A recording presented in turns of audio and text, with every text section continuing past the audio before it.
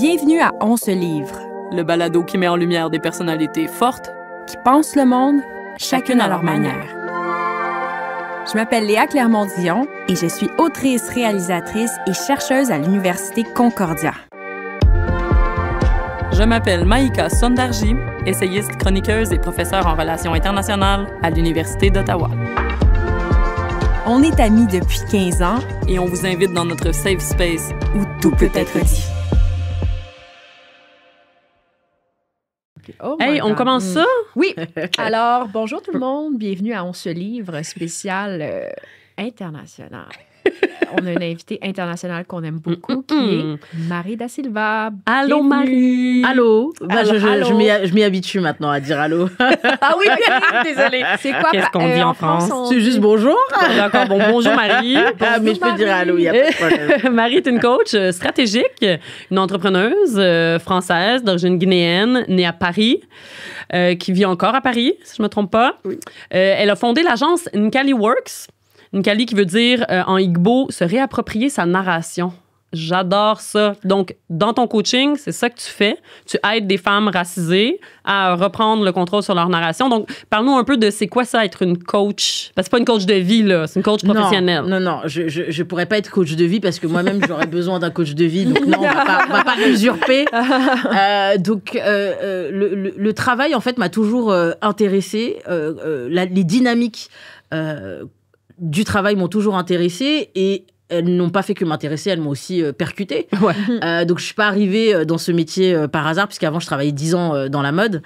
Et pendant 10 ans, à chaque fois que j'entrais dans une pièce, j'étais la seule femme noire, avec tout ce que ça pouvait impliquer.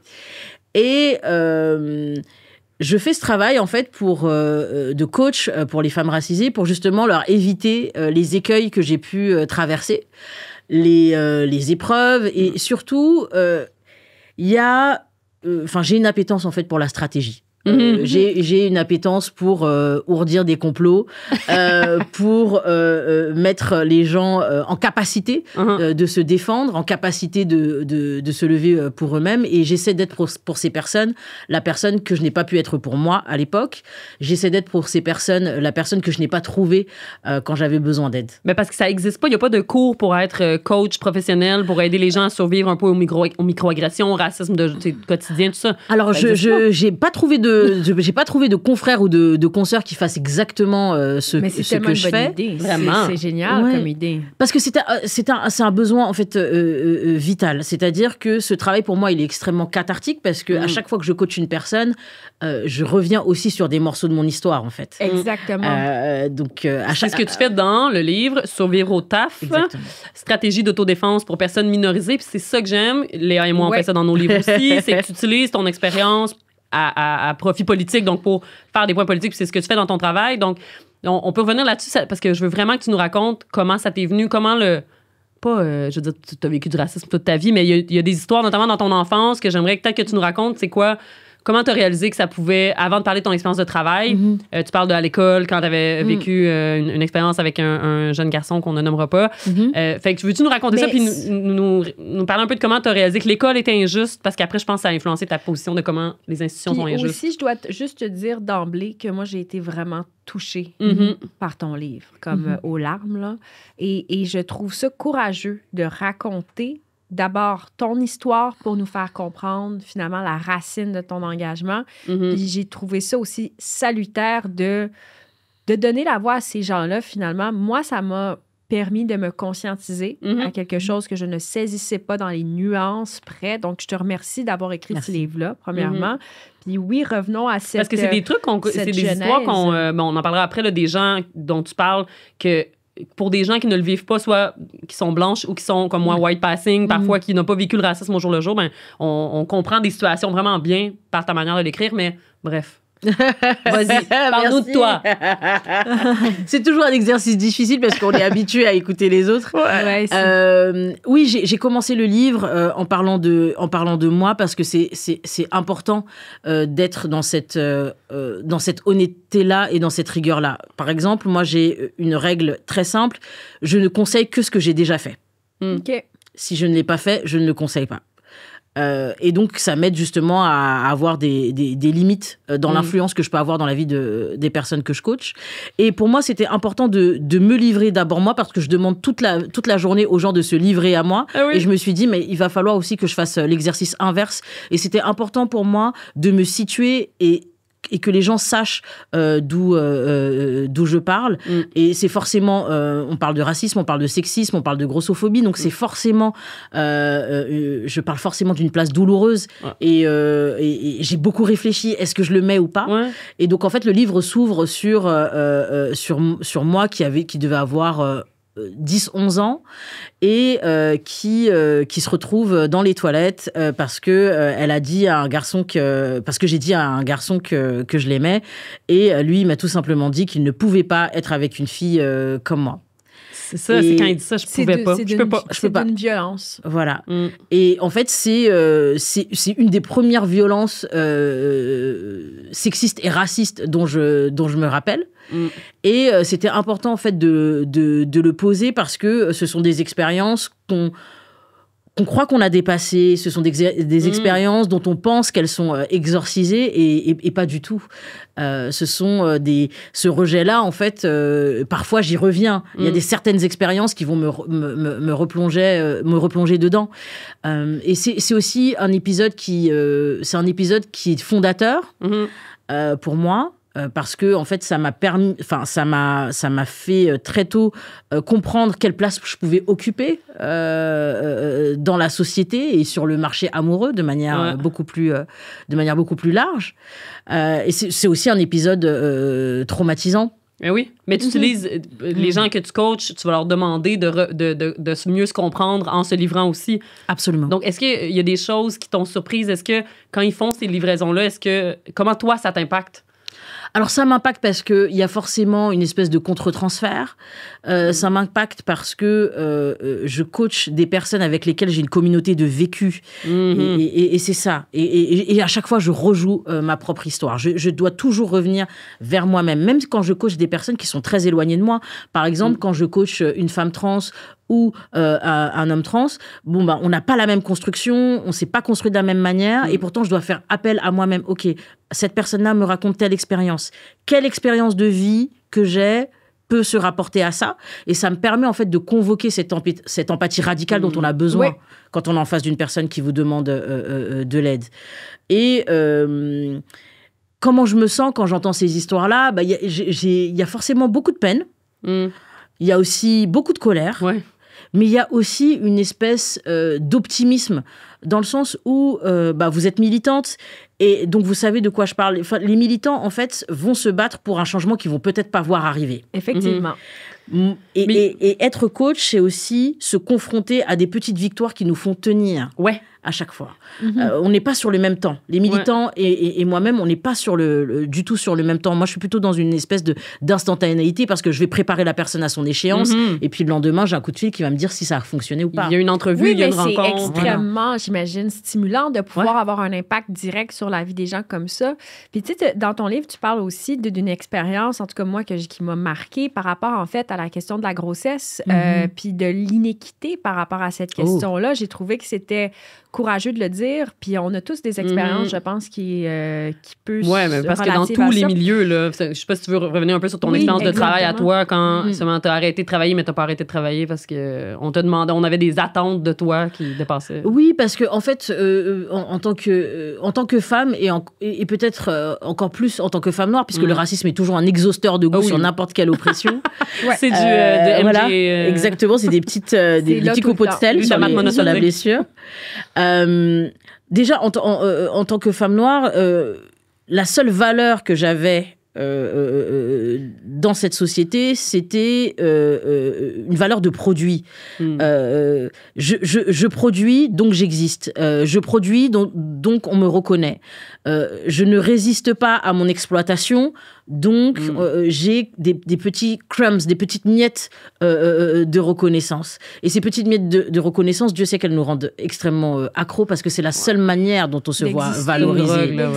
Voilà. Donc quand je suis tombée enceinte, quand j'ai annoncé ma grossesse, déjà il y avait ce truc de oh mon Dieu, comment se fait-il que j'ai pas pu terminer cette année, ce bilan, etc. C'est fou alors que de penser à ça alors que... C'est fou. Alors que je porte la vie, c'est un vrai événement dans la vie d'une femme. Et j'étais dans mes... Ah oui, mais là, on a un inventaire, on a un bilan, on a un ceci, on a un cela, parce que j'arrivais même pas à me concentrer sur cette expérience, cette première expérience de maternité. Ouais. J'arrivais même pas à me dire, bon, bah Marie, t'es enceinte, tu vas avoir un enfant, ta vie va changer de manière radicale. J'étais coincée dans cette exploitation, j'étais coincée dans le fait que l'estime que je pensais avoir de mes employeurs allait dégringoler, parce qu'on est dans cette espèce de gratitude d'avoir un an, merci de me payer toutes les... Merci de me payer, merci de m'avoir engagée. C'est incroyable. Puis je pense que vous n'avez pas de congé parental très, très long. Le congé de maternité, c'est combien de temps? C'est quoi? C'est 3 mois ou...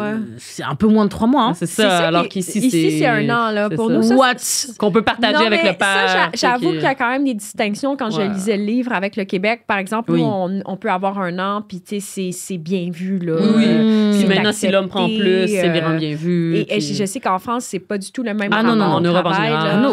Mais là, moi, je veux revenir sur le fait, tu disais, bon, tu parles de ton expérience personnelle, puis quand tantôt on disait, tu aides des individus tous les jours, là, c'est du concret, aides des gens à se battre contre les oppressions, mais dans ton livre, tu n'es pas individualisante au sens où je trouve tu parles de la société des oppressions comme un système, tu dis que ça dépasse l'individu. Puis là, mais tu dis qu'on peut pas rester debout devant les balles sans savoir quelle arme choisir. J'ai adoré ça. Fait que comment est-ce que tu réconcilies le fait que c'est le système le problème, mais tu aides des individus? Alors, je pense que la démarche est la même pour un psychologue ou un cancérologue. C'est-à-dire qu'il y a énormément de raisons systémiques qui font que les gens ont des cancers.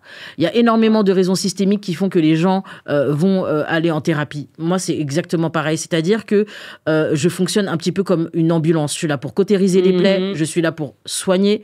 Et ensuite, mon ambition cachée, pas si cachée que ça, c'est que je pense que des individus renforcés forment des collectifs forts. Puisque la lutte, elle est individuelle, parce qu'on est confronté tout seul à ce qu'on est en train de vivre.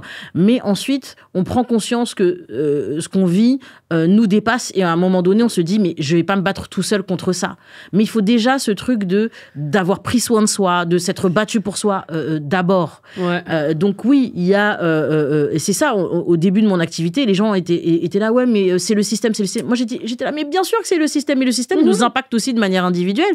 Et ça, il faut le traiter. Puis on peut pas tous à temps plein se battre contre le système, organiser des manifestations, faire des trucs systémiques. Là. Il y a des gens au jour le jour qui travaillent dans des endroits puis qui vivent des choses. Exactement. Non, mais l'un n'exclut pas l'autre. Puis ce que j'ai aimé aussi de l'ouvrage, c'est justement, tu prends des cas, je veux dire, intimes, puis je veux dire, ce sont des cas qui sont universels en quelque sorte. Donc, c'est à la fois systémique, mais c'est aussi individuel. Puis il y a quelque chose que tu dis dans ton livre que j'ai beaucoup aimé quand tu parles de Sandra, par exemple, sur la méritocratie, puis que tu sais, la méritocratie, tu décris ça comme étant un mythe justifiant un peu l'oppression, que ça justifie finalement cette oppression-là. Puis ça, j'ai trouvé que c'était vraiment bien formulé, tu sais. Et comment tu as fait pour choisir ces histoires-là? Parce que le livre est organisé, il y a 8 Parce que je trouve que tu fais vraiment un portrait intéressant de la multiplicité des oppressions, tu sais. C'est quasiment des cas inventés tellement c'est bon, là. Non, mais c'est fou, en fait. Bon, déjà, il faut que je donne une précision. J'adore ce que je fais, évidemment, mais ce que je fais n'est absolument pas désintéressé. Ça répond aussi à un intérêt propre. Je fais ce métier parce que, premièrement, j'adore les histoires. Voilà. J'aime les histoires. Je suis une concierge, je suis une commère. J'aime les histoires. Ah, bah on est pareil. Voilà. C'est ça. C'est ça. Sinon, on ferait pas on ferait pas ce qu'on fait. Non, on serait pas autour de cette table. Moi, j'adore les histoires. J'aime les humains. J'aime aussi l'énergie qu'il y a derrière le fait d'établir une stratégie. J'aime le combat, j'aime cette tension. Donc, je ne fais pas ce métier par hasard. Et pour répondre, je sais plus la question. C'est la méritocratie. La méritocratie. Non, c'était comment tu as choisi en fait ces cas-là qui représentent bien. J'ai choisi ces personnes parce que je voulais avoir un éventail large des oppressions qu'on traitait. Je voulais aussi je voulais aussi montrer aussi... non, je voulais aussi avoir une démarche intersectionnelle parce qu'on n'est pas que personne racisée. On peut être une personne racisée et gay. On peut être une personne racisée et handicapée. On peut être une personne racisée et voilée. On peut être une personne racisée et lesbienne. Donc, je me suis dit, j'ai envie d'être dans cette multiplicité-là. J'ai envie de sortir du truc de il n'y a que la race. OK. C'est pas vrai, parce que le racisme aussi a tendance à nous rétrécir dans nos dimensions. C'est comme si les personnes racisées étaient des personnes en 2D et pas en 3 dimensions comme toutes les autres. Donc j'avais envie de montrer que chaque personne avait une multiplicité d'identités qui pouvaient coexister. Beaucoup plus complexe donc, que juste... Exactement. Tu abordes la question de la grossophobie, de l'handicap, etc. Donc, il y a comme un portrait Parce très, que toi, est-ce que très quand on te rencontre les gens, j'avais lu ça quelque part, est-ce que les gens... Est-ce qu'ils perçoivent de toi, principalement, genre, on voit une personne noire. Est-ce que tu penses qu'il y a ça dans le... T'es t'es en 2 dimensions? Oui, il y a ce truc de... je ne suis jamais toute seule dans mon interaction.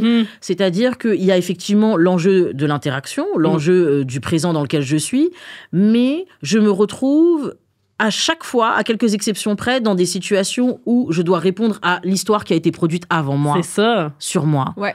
Je ne suis jamais seule dans une interaction. C'est-à-dire que je porte cette histoire lourde parce que femme et noire. Donc, ce n'est jamais absent de la pièce. C'est toujours là. Alors qu'un homme blanc n'a pas ça à porter, dans le fond. Non, un homme blanc, il a une individualité. C'est ça. C'est l'homme, l'homo par Voilà, il a une individualité, il a une histoire, il ne doit répondre que de sa propre histoire. Ouais, il peut se définir lui-même. Il peut se définir lui-même. Il faut aussi... le racisme ou toute forme de discrimination, j'ai une définition assez radicale de la discrimination parce que je trouve que même le terme discrimination, il édulcore un peu. Okay. Moi, je dis tout simplement que la discrimination, c'est un projet de mort sur des populations données parce qu'il y a toujours quelque chose qui meurt. C'est-à-dire que si ce n'est pas une mort physique, c'est une mort mentale. Si ce n'est pas une mort mentale, c'est une mort de l'expérience et de la projection. Et de la capacité vitale d'aller chercher son bonheur et sa subsistance. Donc, oui, la discrimination est un projet de mort. Puis tu parles du terme de victime aussi, puis j'aimais ça. Tu dis se reconnaître comme victime, on devrait se réapproprier ça. C'est comme une étape nécessaire pour commencer un dialogue. Pourquoi est-ce que les gens que tu coaches, par exemple, ou tu donnes des formations aussi à des gens, pourquoi est-ce qu'on devrait... on a le droit de se considérer comme une victime? Mais parce que je pense que c'est une étape nécessaire. Je pense que c'est la première étape d'une conversation honnête avec soi-même. On est toutes des femmes autour de cette table. On a toutes malheureusement subi des violences sexistes, des violences patriarcales à des degrés différents. Et ce qui arrive tout de suite, c'est, la culpabilité. Ouais. Et de 2, on est extrêmement perméable au discours ambiant. Ne te victimise pas. Mais combien de fois vous avez entendu ça? C'est tout le temps. Ne te victimise pas. On nous dit ça tout le temps. Tu peux t'en sortir. Voilà. Ouais. Ne te victimise pas. Pourquoi? Parce que la parole des victimes est transformatrice. Quand on regarde l'histoire avec un grand H, ce sont les victimes qui ont fait l'histoire. Ce sont les victimes qui ont fait la révolution. À chaque fois, ce sont des frères et sœurs de conditions qui se sont regardés et qui ont dit on est victime du racisme, on est victime de l'esclavage, on est victime du patriarcat. Et c'est une étape, un prérequis pour toutes les luttes. Tant qu'on ne reconnaît pas ce qui nous a été fait, tant qu'on n'arrive pas à se dire... On n'a pas à se définir comme victime parce que c'est un état par lequel on nous a fait passer. On doit juste le reconnaître. Oui, puis canaliser ça vers une colère. Puis tu dis aussi que la colère peut être réparatrice, que c'est le premier pas vers une dignité. Donc, de victime à colère, en quoi est-ce que... Parce qu'on parlait à José, je ne sais pas quand est-ce qu'on va publier les épisodes. On a parlé à quelqu'un qui a écrit un livre, en fait, qui a été victime, c'est ça, d'une... Ben, c'est pas d'agression sexuelle. Elle a été dans une relation qui était abusive par quelqu'un qui était son aîné. Un prof de cégep. Mais là, elle disait qu'elle n'a pas de... Elle disait qu'elle n'est pas en colère. Elle n'est plus en colère. Mais j'aime ça que tu dises que la colère, ça peut être réparateur, ça peut être un... Mais combien de fois on est venu nous dire qu'on était en colère, qu'on était hystérique, etc. Mais évidemment que je suis en colère parce que je vois le monde tel qu'il est, pas tel que je voudrais qu'il soit. Évidemment que je suis en colère parce que je vois ce qui se passe. Ouais. Et la colère est une émotion saine, mais il faut l'utiliser comme combustible. C'est ça. Mais la colère aussi, qui est tellement mal vue et chez les femmes noires, etc. Il y a traiter de féministe. Ouais, ici, moi, je me fais traiter de féministe toxique, frustrée tout le temps. Mais tu sais, je veux dire, ça devient lassant parce que finalement, qu'est-ce qu'on veut faire? On veut faire taire les femmes qui parlent. Alors, si on veut pas entendre parler des oppressions, ben, on dit tais-toi. Ton livre est une charge transformatrice d'empowerment pour moi. Comment que ça a été reçu? Ouais. Alors, il a vraiment été... honnêtement, il a vraiment été bien reçu. Ouais. Cool. La maison d'édition considère que c'est un best-seller. Et j'étais là, genre, OK. Et puis après, il y a l'angoisse qui arrive. OK, il y a plein de gens qui ont lu le livre. Mais en France, peut-être vous vendez plus même de livres. Je sais pas. Mais oui, il a été bien reçu et ça m'a permis, en fait, de satisfaire cette ambition première qui était d'étendre mon message. Pour moi, on devrait tous avoir accès à des outils d'autodéfense. Pour moi, l'autodéfense est quelque chose de crucial. Et il y a même une évolution, c'est-à-dire qu'avant, je parlais beaucoup de survie, mais je réalise que la survie, c'est quelque chose qui doit être temporaire. C'est quelque chose qui doit être finissable, quelque chose qui doit être très ponctuel. Or, on enferme les gens dans une vie de survie et c'est pas ce que je veux. Moi, je passe par la survie pour aller vers la vie pleine et entière. La survie ne peut pas devenir mon tout. La survie ne peut pas devenir ma vie. La survie, c'est quelque chose qui doit être transitoire et ce travail, je le fais parce que je refuse que des personnes soient enfermées dans une survie continuelle, perpétuelle. Mais je te pose la question parce qu'on a quand même observé en France et ailleurs dans le monde, partout dans le monde, une montée de la droite quand même qui est assez épeurante. On disait tantôt, on vous a envoyé certains chroniqueurs et on vous invite à les garder. Mais vraiment. On s'excuse. Non, mais sincèrement, tu sais, donc moi, c'est aussi dans cette perspective-là. Donc, il y a beaucoup de positifs de ça. Donc, tu t'es pas fait attaquer par des... Alors, en fait, moi, je pense que pour la santé mentale, honnêtement, moi, je suis pour ne pas avoir trop de réseaux sociaux. Ah, OK. Ça, c'est une arme de... Non, mais c'est concret. C'est une arme d'autodéfense. Ah, mais oui. Moi, j'étais sur Twitter. J'ai quitté Twitter. Oui, t'étais big sur Twitter. Mais j'étais une star sur Twitter. Attends, moi, je suis une star sur Twitter. Non, écoute, là, il y avait du following. Voilà, mais à un moment donné, je me suis dit, mais en fait, ça me prend tellement de temps. C'est une telle charge mentale que ça m'éloigne en fait de ma mission première. Et il y a un moment donné aussi, il y a cet écueil qui est qu'on finit plus par parler de ce qu'on fait que de faire. Ah, c'est ça. Et je me suis dit, non, j'ai envie de me resserrer, moi. Donc, effectivement, je suis un peu sur Instagram. Là, je vais reprendre un peu LinkedIn pour que, justement, reprendre cette communication avec un public. Mais je ne suis jamais plus efficace et plus heureuse, c'est vrai, en me retrouvant devant des personnes que je coach. C'est là, en fait, que mon savoir, il est, mon expertise. Finalement, toi, ton quotidien, c'est vraiment de travailler, d'accompagner des individus, mais aussi sur des le terrain. Exactement. J'accompagne des individus, j'accompagne très peu d'organisations. J'accompagne que des organisations qui m'ont prouvé qu'elles pouvaient avoir des conversations difficiles. C'est pas toutes les organisations. C'est pas toutes les organisations, parce que sinon, il y a ce phénomène où tu deviens caution. Donc moi, en fait, j'ai décidé de diviser mon temps, c'est-à-dire que je suis à 80% en train de coacher des individus et j'ai un petit 20% où j'accompagne des organisations qui ont l'air d'être intéressées et qui ont un projet transformateur. Puis quand tu viens ici, on en profite pour lui faire des formations partout. Exactement. On se l'arrache pendant 2 semaines. Donc, comment tu t'y prends? Donc, quand tu analyses, par exemple, quelqu'un devant toi, si tu poses des questions, puis après, on développe un plan? Alors, moi, disons qu'une première séance, je vais me taire. OK. Je vais honnêtement me taire. Parce que c'est important aussi de faire gaffe à ma propre projection. Donc, l'idée, pour couper ce phénomène de projection, je dois avoir le plus de détails possible et faire en sorte que je me dissocie de la personne que j'ai en face de moi. Donc, effectivement, moi, je vais me taire. Et il faut aussi avoir conscience que les personnes qui vont venir vers moi, elles sont dans une période où elles ne sont pas écoutées. Où elles ne sont pas soutenues. Et je pense que la parole a quelque chose de salvateur. Et je pense que tous les coachs et les psychologues qui se respectent le font. Ils vont se taire. Puis c'est juste ça d'écouter la personne, c'est déjà utile. On n'écoute pas assez en général. Donc moi je me tais parce que déjà, comme je vous l'ai dit, j'aime les histoires. Donc évidemment que je vais me taire. Mais c'est presque pathologique. Enfin, je me retrouve dans le métro, il y a 2 personnes qui vont me dire il s'est passé ça au travail. Vous êtes sûr que je vais enlever mes écouteurs? Vous êtes sûr que je vais enlever mes écouteurs, rater ma station parce que je veux aller au bout de ce que Jean-Michel a fait alors que je le connais pas? Donc, voilà, donc, la vie de Jean-Michel. Voilà, exactement. Donc, vraiment, il y a effectivement ce truc de je vais t'écouter. Et c'est la première chose que je dis, moi, je te crois. Ouais, parce que les gens, ils vivent des trucs au travail, sûrement liés au racisme, liés au sexisme. Non, mais c'est un besoin criant. Je veux dire, c'est fou, là. Tu dois avoir tellement de demandes. J'ai beaucoup de demandes et je pense que je peux faire ce lien avec vous et le travail que vous faites au quotidien. Je pense que quand on est au service d'une cause qui nous dépasse, d'une cause qui nous concerne, on oublie... On s'oublie vraiment. Oui, vraiment. Ben ça, on peut en parler. Le burn-out. Burn-out. Oui, on en parle. Et je vais dire un truc un peu salé, mais je pense qu'on va se comprendre là-dessus.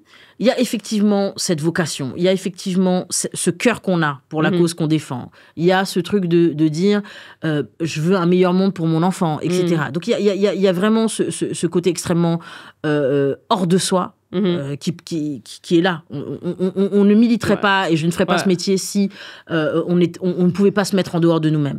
Maintenant, il y a aussi une dimension de l'ego. C'est-à-dire que on croit, plus ou moins, que on va régler. Le soir du monde. Voilà, moi quand j'ai mais vraiment, mais moi je pense que on est romantique un peu quand voilà, il y a du romantisme, mais il y a aussi ce truc d'ego. Moi je pense que il y a eu un petit truc de je me suis prise un peu pour Jésus quand j'ai commencé. Je comprends ce que tu veux dire. Je me suis vraiment prise pour Jésus quand j'ai commencé parce qu'il y avait ce truc de non mais tu vois que t'aides les gens. Voilà, tu vois que t'as un impact, tu vois que les gens sont concernés par ce que tu dis, puis il y a cette ivresse d'être écouté, reconnu. Donc, je pense que c'est une danse entre l'ego et l'amour. Mais l'ego, j'aime ça, c'est l'ego de savoir que tu peux faire quelque chose, tu peux avoir un impact. C'est quand même... c'est un ego positif, là. On aime ça. C'est rare qu'on le nomme. Ces deux aspects-là, je veux qu'on y revienne. Là, le burn-out militant, la fatigue. Est-ce que tu as déjà vécu ça? Complètement. On s'en parlait, là. On prend jamais de vacances. Quand on prend des vacances, comme « Ah, bon, moi, je vais écrire un livre on the side. » Moi, j'ai écrit un livre pendant mon congé de maternité. Non, c'est ça. Puis dans le fond, c'est survivre au taf, mais on est aussi esclave du travail. Absolument. Le burn-out, en fait, il arrive déjà. Et puis, quand je vous dis, il y a vraiment cette dimension d'ego, d'ambition démesurée qui ne dit pas son nom. Moi, je pensais vraiment que j'allais régler le racisme en France. N'importe quoi. Est-ce que tu le penses encore? N'importe quoi. J'adore quand même. Je pense que ça existe encore. Je suis pas sûre, et voilà, je pense que ça existe encore. Mais moi, je me dis, voilà. Et en fait, tout a commencé à aller mieux quand je me suis dit, Marie, calme-toi. Il y a des gens qui étaient là avant toi. Il y a des gens qui seront là après toi. Tu as juste à poser ta petite pierre à l'édifice pendant ton temps sur Terre. Donc, je me suis calmée. Oui. Ensuite, il y a à 20 ans, j'étais pareil comme ça. À 20 ans, j'étais comme, on va tout changer. Voilà, on va régler, etc. Sais-tu quoi? Je vais prendre mon petit verre de vin ce soir. Exactement. Et puis, et aussi, il y a ce truc de, si je suis autant hors de moi-même, qu'est-ce qu'il y a en moi-même que je fuis? Quelle est la conversation intime que j'essaie de fuir? Parce que ce déversement dans l'autre, dans la communauté, il n'est jamais anodin. Est-ce que j'arrive à me parler à moi-même? Est-ce que j'arrive à penser à moi-même? J'allais dire, est-ce que tu as tout réglé par rapport à toi-même? Voilà. Est-ce que je suis ma propre amie? Est-ce que je me fuis? Est-ce que je me retrouve? Etc. Donc, en fait, c'est extrêmement complexe et je pense qu'il faut embrasser toutes les faces de ça. Il y a une dualité dans le fait d'être militant, dans le fait d'être aidant, dans le fait d'être coach ou psychologue ou je ne sais quoi. En fait, il y a une vraie dualité. Il faut toujours se poser la question de ses intérêts et ses motivations personnelles. Maintenant, le problème dans le militantisme, puisque parfois on est dans cette espèce de pureté militante, on ne devrait pas parler d'intérêt personnel, on devrait exclure la question de l'individuel, etc. Mais non, en fait. Parce que si je ne exactement perspective-là, judéo-chrétienne, non, ça suffit. Et c'est quand on se fuit qu'on devient abusif envers les autres. C'est quand on se fuit qu'on projette, etc. Donc c'est important en fait d'avoir toujours être in check. Donc oui, être militant, ce n'est pas que tout rose. Il y a des raisons très précises. Moi, je sais que c'est aussi un métier qui est visible. J'ai déjà été sur scène, j'ai déjà fait des conférences, etc. C'est des militants qui n'aiment pas ça. Voilà, et oui, on ne monte pas sur scène si on n'aime pas être vu, si on n'aime pas être regardé ou écouté. C'est vrai, on va pas dans des émissions de télé, des trucs parce qu'on n'aime pas ça. Mais t'as raison, puis c'est vrai qu'on n'en parle pas de ça. On n'en parle pas. Mais d'un certain côté, je trouve aussi qu'il y a pas un anti-intellectualisme, un anti-public où il y a des gens, des militants qui n'aiment pas quand les gens se mettent trop de l'avant, mais en même temps, moi, je suis très contente que tu te mettes de l'avant parce que si tu te mettais pas de l'avant, on n'aurait pas ce discours-là. On n'aurait pas. Mais tu serais même pas là autour de la table. Mais j'assume. En fait, j'assume aussi que même dans le fait de me mettre en avant, il y a une question d'ego parce que je viens d'un milieu pauvre. Mon père était peintre en bâtiment, ma mère est femme de ménage. Je n'étais pas destinée à être écoutée. Je ne pensais pas qu'on pouvait me payer pour être écoutée. Tu vois ce que je veux dire? Donc, ça veut dire que je règle quelque chose. Ça veut dire aussi, il y a une espèce de vengeance envers ce déterminisme. Il y a une espèce de revanche. Et ça, je l'assume totalement. Je n'étais pas censée être vue. Je n'étais pas censée être écoutée. Et vous croyez que je vais pas enjoy? Ah non, mais écoute, vous croyez que ça va pas me faire plaisir? On va se le dire, t'as un grand charisme. Je veux dire, je te vois là. Non, mais il y a quand même des gens qui ont du charisme, il y en a d'autres qui l'ont pas. Toi, t'as du charisme. Mais je voulais commencer avec ça parce que moi, quand je t'ai rencontré, moi, je trouve qu'il y a un avant puis un après rencontre avec Marie. Non, mais après, je pensais à toi plus probablement que tu penses à moi, mais là, j'étais comme, oh, mais elle a tellement une aura avec toi, puis c'est pour ça que je trouve ton travail tellement important, parce que oui, ça vient d'une partie d'ego, mais en même temps, faut pas le faire parce qu'on a peur de penser que les autres, que t'as trop d'ego. Non, mais ça, on s'en parle depuis plusieurs années, ça suffit. Vraiment. Les gens qui veulent que les femmes se taisent, allez vous cacher, on veut pas vous entendre. On veut vraiment parler. On se trouve belle et intelligente et on va parler. Et oui, mais c'est ça. Ça a un impact social. Mais c'est ça, je vais faire ma conférence avec mon meilleur rouge à lèvres, je vais mettre 3 semaines à choisir ma tenue, et qu'est-ce que vous allez faire? Vous n'allez rien faire. C'est ça. Quand est-ce que tu as réalisé que, justement, tu étais écoutée? Déjà, sur Twitter, il y avait ce côté... Oh là là, mais je vis exactement la même chose. Oh là là, et puis je voyais les trucs de Marie a dit. C'était grisant. C'était extrêmement grisant. C'est aussi... et en fait, là où j'ai de la chance, c'est que j'ai un support système. Ouais. Qui m'a vu être grisée, qui m'a vu et qui m'a redescendu. Oui, c'est ça. Qui m'a redescendu. Avec qui tu peux être vraiment toi-même sans le personnage. Mes frères et sœurs, ils m'ont dit, arrête ça, là. Arrête. Là, t'es dans la starification. Faut retourner au travail. Faut retourner au charbon. Ça, c'est précieux. Vraiment. Les gens qui disent qu'ils pensent vraiment de toi, là. Oui, c'est ça. Et moi, mais maintenant, moi, je veux juste trouver la balance. Effectivement, j'ai un côté show-off. J'ai un côté lune en lion. Moi, j'adore. Lune en lion. Voilà. Donc... Je vais assumer ça. Ça fait partie de moi-même. Et le truc, c'est que ce côté show-off, bien sûr qu'il a servi à ce que le message passe. Je pense que si j'avais été une intellectuelle austère, on en connaît. Peut-être que on en connaît quelques-uns. Oui. On en connaît des intellectuels. Moi, je veux revenir à tes amis parce que justement, t'en parles dans ton livre, puis tu dis t'es comme la no bullshit friend. Tu dis que t'es la fille qui va dire la vérité à tes amis. Puis je me demandais, ça a-tu causé des fois des froids ou des... En fait, moi, j'ai déjà... mes amis, moi, je les aime. Oui.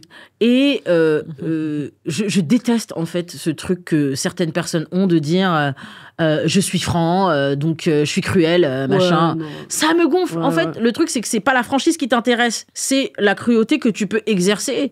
C'est le pouvoir ou la domination que tu peux avoir sur une personne. C'est pas parce que tu dis la vérité que tu dois la dire n'importe comment. Quand je parle à une amie ou à un ami, moi, mon premier objectif, c'est d'être entendu et je vais faire en sorte d'être entendu. Donc, je vais mettre les formes. Je vais mettre tout l'amour que j'ai pour cette personne.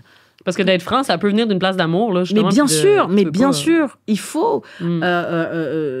Et donc oui, et j'ai de la chance d'avoir ma famille qui est aussi très franche avec moi. Ben oui, puis avec qui t'habites, on disait tantôt. Oui. Il faut un village pour... c'est ça. Mais t'as dit le terme domination. Puis évidemment, tu reçois dans ton bureau des victimes, des gens qui ont vécu des situations pas faciles de pression. Est-ce que tu remarques des profils aux dominateurs? Est-ce qu'il y a des constances?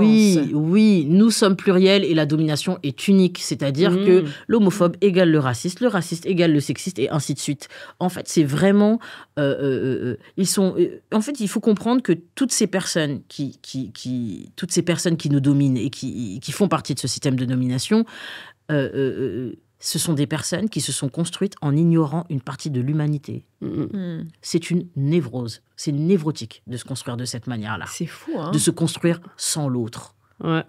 Ils ont ça en commun. En déshumanisant Toutes les dominantes. Exactement. Ouais. En déshumanisant l'autre. En fait, ce sont des gens qui ne sont debout que si on existe à genoux. C'est une névrose. Wow. Et donc, quand on voit ça, on se dit, mais oui. Et donc, la personne qui est dominante et qui n'a pas conscience de sa domination devient un archétype plutôt qu'une personne. Clairement. Et c'est eux qui sont en 2D, c'est pas nous. Ouais, c'est ça. Parce que nous, on a dû complexifier. J'ai l'impression que ces gens-là ne changeront jamais. Je pense qu'ils que... peuvent changer. En fait, le truc, c'est qu'aussi, il y a les systèmes de domination, etc. Mais moi, je me rends compte, même à mon niveau, il y a des positions sur lesquelles j'ai dû évoluer. Ouais. Où tu as des angles morts. Où j'ai des angles, bien sûr, évidemment. Mm. Par contre, si on parle, par exemple, du raciste pur et dur, on parle de l'homophobe pur et dur, etc., en fait, ils n'ont pas vocation à changer. Ils ont du pouvoir. Et le pouvoir, c'est de la cocaïne. Ouais. Voilà. Il y a des pépites. Voilà. Et ils ne veulent pas perdre leurs privilèges. Surtout pas. Non. Pourquoi faire l'équité, c'est une perte pour certains. Ouais, oui. Sinon, on ne serait pas dans la situation dans laquelle nous sommes là en France. Ouais. Ah, on serait ailleurs, là. On aurait réglé des problèmes. Les dominateurs au travail qui sont peut-être vraiment très, je dirais pas radicalisés, mais peut-être plus violents, etc. Est-ce qu'il y en a qui peuvent quand même changer? Parce qu'il y a des histoires que tu racontes qu'ils réussissent, les gens que tu aides à coacher, ils réussissent à changer quelque chose. J'ai l'impression qu'il y a... Alors, en fait, c'est les gens ils qui changent la situation. Ah, OK. Ils ne changent pas la personne. Ah, OK. C'est-à-dire que pour moi, en fait, une situation d'autodéfense réussie, c'est quand l'agression s'arrête. Une situation d'autodéfense réussie, c'est quand on sort de la situation dans laquelle on était et qu'on advient enfin. On ne change que quelqu'un qui veut changer.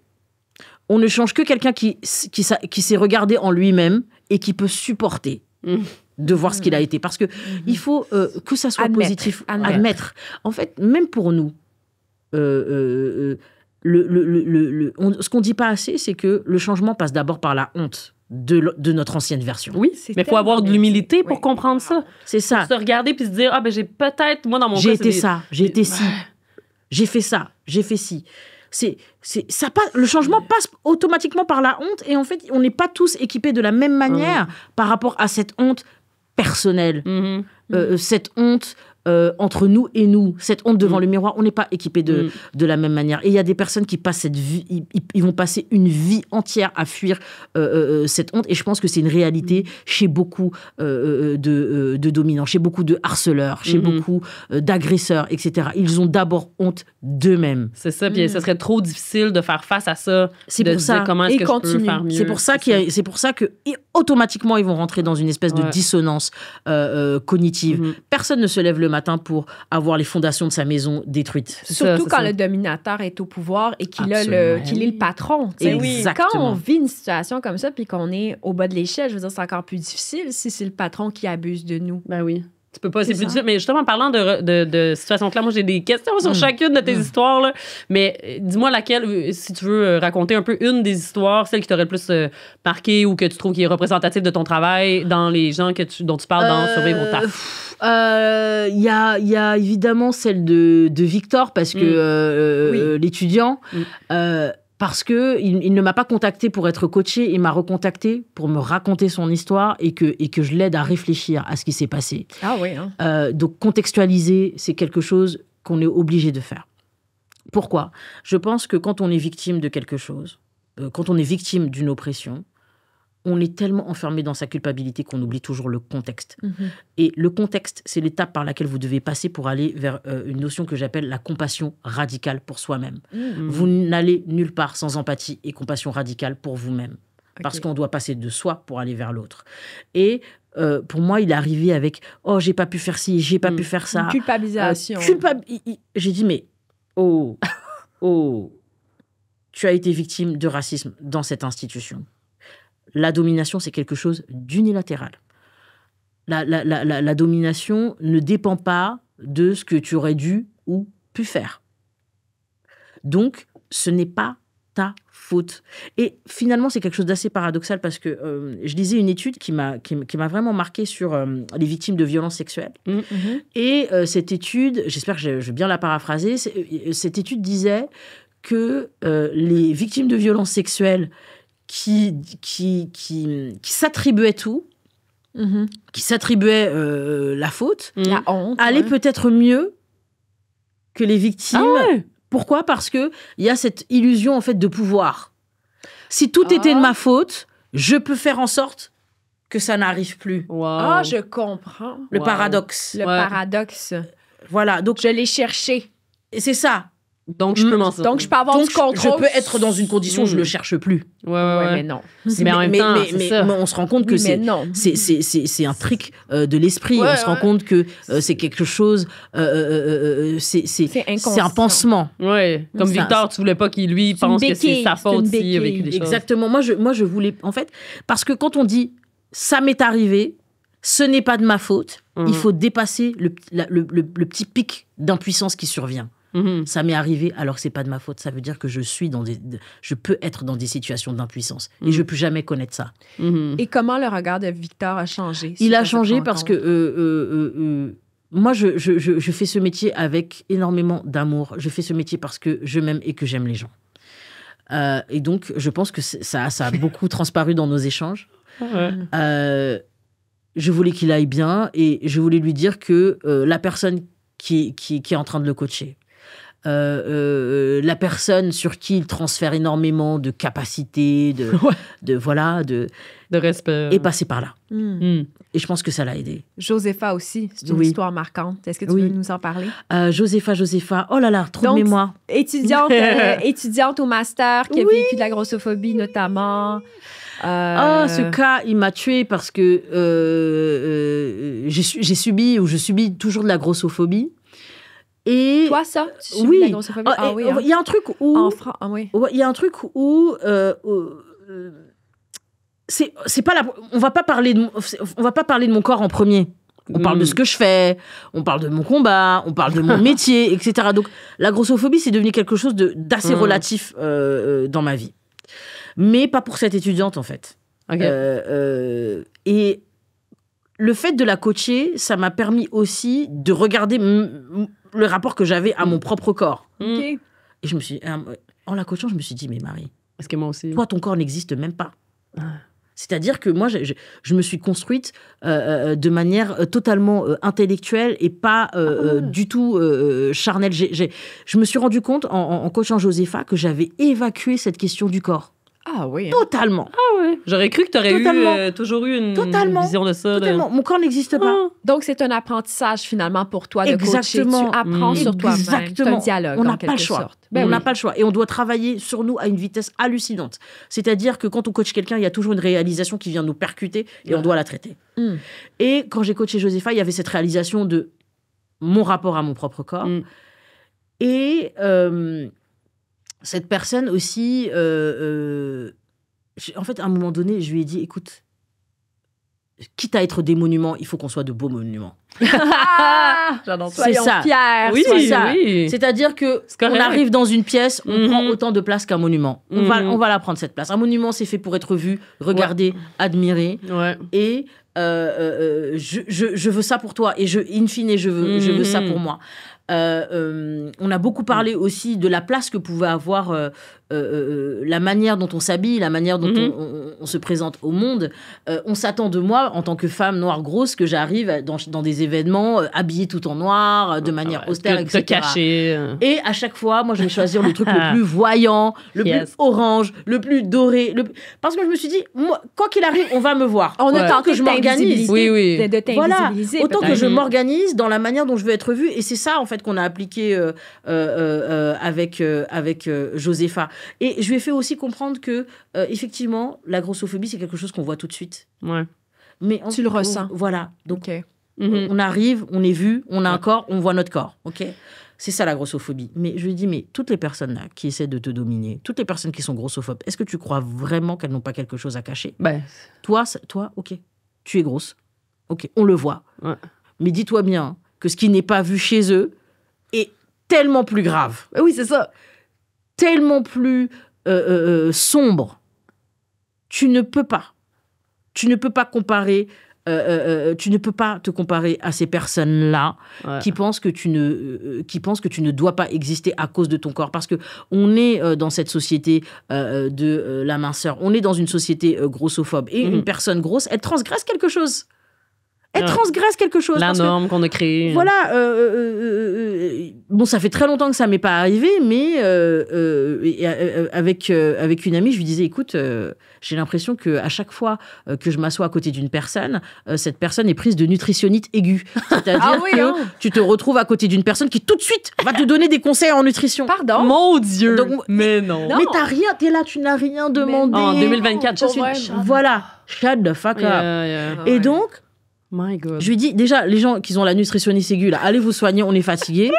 Et puis ils sont probablement moins en santé, voilà, ça peut rien dire. Mais je rentre dans une pièce, quelque part, si j'ai pas un discours misérabiliste sur moi-même, je dévalue les efforts que la personne a fait. C'est ce qu'on s'attend de toi. Ouais. C'est-à-dire que y a des personnes, en fait, qui sont dans ce truc de maintenir la minceur, etc., qui font des efforts, qui ont une vraie charge mentale par rapport à ça. Et puis moi, j'arrive, je fais aucun de ces efforts-là. Mais t'es pas obligé de vivre bien. Et t'es bien dans ta peau. Donc, qu'est-ce qui se passe pour cette personne? Cette personne, elle se regarde, elle dit, moi, je suis là en train de galérer. J'ai mangé 2 galettes de riz ce matin, je n'en peux plus. Toi, t'arrives, t'es une bonne vivante, tu vas te prendre des frites à côté de moi, qui souffre. C'est un commentaire sur elle-même, mais oui. Mais j'aime ça. Tantôt, tu as dit le mot visibilité, puis tu en parles des personnes de minorité raciale notamment, mais j'imagine aussi des personnes plus grosses qui ont une hyper-visibilité puis une invisibilité en même temps. Donc, tu dis à la fois, ils sont hyper visibles parce qu'elles doivent représenter leur communauté. Ils sont tout le temps, t'es le représentant de quelque chose, tu disais tantôt. Absolument. Mais à la fois, invisibles parce qu'elles sont pas reconnues à titre individuel. Invisibles en termes de pouvoir. Moi, c'est une des idées qui m'a le plus marqué du livre. Là, invisibilité en termes de pouvoir. On a déjà fait... En fait, vous faites partie du milieu académique. Donc, ça veut dire que des Jean-Michel intellectuels qui vont venir vous expliquer votre propre thèse. Ah oui. Jean-Michel, il fait ça tout le temps. Qui vont venir vous expliquer vos travaux. Ah oui. Vous êtes en réunion. Vous dites quelque chose, personne vous écoute. Jean-Michel reprend. Ah oui. Mais il y en a beaucoup des Jean-Michel. Mais moi, ça arrive avec mon chum, tu sais, je l'aime d'amour, mais mon Dieu, des fois, je vais dire quelque chose, puis là, lui, il va reprendre ça, mais sans le vouloir, là. Tu sais, c'est ça, c'est pas une intentionnalité négative, il ne se réveille pas le matin en se disant, mais les gens vont l'écouter, puis ils vont arrêter de parler. Non, mais ça, je suis plus capable de ça. Quand j'étudiais à Sciences Po Paris, c'était juste ça. Écoute, premièrement, c'était juste des Blancs. Et, tu sais, bien sûr, j'avais mon accent québécois, donc ça, déjà, c'est objet de moquerie. Mais c'était juste, les professeurs regardaient juste les garçons. Oh, mais oui! Et c'était juste les gars. Et c'est juste des gars blancs, riches. Je trouvais ça insupportable. Donc, tu sais, je veux dire, je n'ai pas la couleur de peau noire. Je veux dire, qu'est-ce que ça serait? Qu'est-ce que ça... Je veux dire, c'est horrible. Mais on n'est plus capable de la Jean-Michel. Je pense que l'invisibilité... Non, mais c'est ça. La Jean-Michelette. En fait, vraiment, je pense qu'il faut prendre conscience, évidemment, à titre individuel, mais aussi au sens collectif de notre pouvoir de nuisance. Oui. On parlait je reviens à cette question que vous avez posée tout à l'heure. Est-ce que les gens changent? Je dis non. Les gens sont contraints de changer leur comportement. Ils ne vont pas changer leur essence. Ils vont changer leur comportement. Par exemple, si vous êtes au travail et que vous faites harceler moralement ou sexuellement, et que vous mettez une stratégie en place pour que la personne s'arrête, c'est pas parce que la personne a changé, c'est que vous lui avez montré que ce qu'elle fait aura des conséquences. Donc, c'est comme l'histoire, tu racontais, je me sais plus c'est quoi son nom, là, mais qui est lesbienne, puis son collègue de travail va la voir, il va au cinéma, il la voit de loin avec sa copine, mais elle avait jamais dit au travail qu'elle était lesbienne. Elle était pas haute au travail, Puis là, soudainement, panique, parce qu'elle se dit, oh mon Dieu, là, au travail, ils vont gossiper, ils vont comme parler de ça, ils vont parler... Évidemment! Mais là, il raconte comment, c'est quoi la stratégie que tu utilises pour qu'elle se reprenne son pouvoir. En fait, c'était assez drôle parce que... non mais donc elle m'envoie un mail, etc. Elle me dit je pense pas avoir besoin d'un coaching, je pense que juste que j'ai besoin de vous soumettre mon plan par rapport à ce qui m'est arrivé. Je dis bah ok, on va se parler. Donc la situation, elle est au cinéma avec sa copine, elle se tiennent la main en sortant du cinéma et elle tombe nez à nez avec un collègue. Et donc elle n'est pas out au travail. Donc parce que elle a dû tout de suite comprendre que c'était pas un environnement où elle pouvait l'être. En tout cas, sans en subir les conséquences. Donc, elle a choisi de ne pas être out au travail. Et donc, petit signe de tête, hyper gênée. Elle rentre chez elle, paniquée. Elle m'envoie un mail. On s'appelle et je lui dis, bon, quel est votre plan? Elle me dit, Marie, c'est mon jour de repos demain, mais je pense que je vais me déplacer et je vais aller voir ce collègue pour lui demander de ne rien dire. Je lui dis... Aïe, aïe, aïe, aïe, aïe. Et Marie, elle n'a pas trouvé ça, que c'était une bonne stratégie. J'appuie sur le buzzer. Et je lui dis, mais... Elle me dit, ouais, je me suis fait griller avec ma copine. J'ai dit, mais vous étiez en train de commettre un crime? Ouais, c'est ça. Aïe, aïe. Non. J'ai dit, bon, déjà, est-ce qu'on peut arrêter d'utiliser ce terme griller? Parce qu'en fait, vous n'avez rien fait. Ah non, ça. Vous êtes vous-même. Ah ouais. Voilà, vous n'avez rien fait. Vous êtes avec votre copine, vous lui tenez la main en sortant du cinéma. Ce n'est pas une instance criminelle. Donc, on va arrêter d'utiliser ce terme. De deux, votre plan, c'est donc de vous déplacer pendant votre jour de repos, aller voir votre collègue et lui supplier de ne rien dire. Et de vivre avec ça? Voilà, je dis, écoute, il est déjà en conférence de presse. Ah ouais.